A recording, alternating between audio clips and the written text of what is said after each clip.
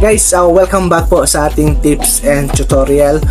Narito man naman po tayo sa ating bagong episode upang magbigay ng mga kaunting kalaman para po sa ating mga aspirant na mga content creator.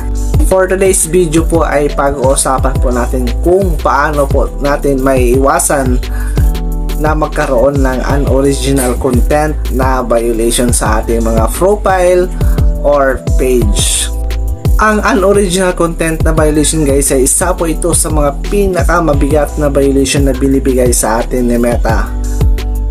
Kaya kung paulit-ulit po natin itong nababiolate, so posible pong ma-restrict po yung ating mga monetization tool, pwede pong ma-disable yung ating mga profile, yung ating page, pwede rin po tayong ma-demonetize.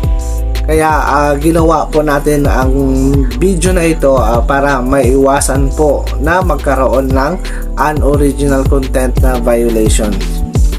Para po maiwasan natin na magkaroon ng unoriginal content na violations, basahin po natin yung content monetization policies ni Meta and yung partner monetization policies ni Meta, mga idol.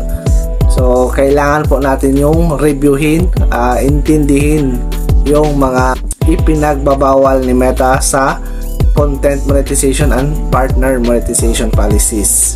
Iwasan po natin mag-share posts.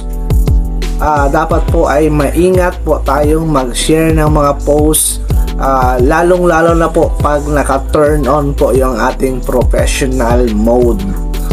Pangatlo po ay iwasan po nating mag-upload ng mga video or content na galing po sa ibang platform.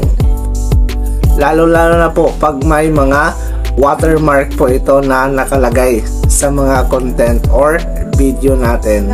And make sure guys na yung ina-upload po nating mga video or content ay galing po talaga mismo sa ating mga smartphone or sa ating device po mismo.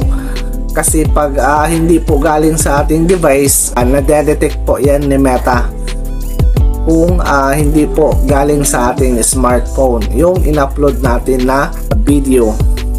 Kung mag-upload man tayo ng mga video guys na dinownload po natin galing sa ibang platform, mas maigi po pag lalagyan po natin ng meaningful enhancement. So meaning i-edit po natin yung video bago natin i-upload. So kumbaga lagyan po natin ng konting twist or may mga babaguhin po tayo sa video. Kasi po pag nag-download tayo ng content or video galing sa ibang platform and then diretso po nating in-upload sa ating mga Facebook, so and then kapag na-detect ni Meta guys na galing sa ibang platform, so automatic yun guys, magiging unoriginal content po ang kalalabasan. Pag nagkaroon po tayo ng unoriginal content na violation guys, ito po yung ating gagawin. Una, kung sa tingin nyo po ay walang violation na nangyari sa inyong content or video na in-upload, pwede po kayong mag-request ng review kay Meta or pwede po kayong mag-report kay Meta. And then kung sa tingin nyo naman ay talagang may violation po sa inyong content na in-upload, mas maigi po kung i-delete nyo na lang po ito. Nang sa ganun po ay hindi na po humantong na ma-restrict po yung ating mga monetization tool or ma-demonetize po yung ating mga tools.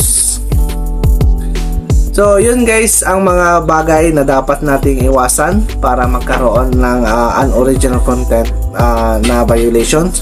So I hope may natutunan po kayo sa ating video.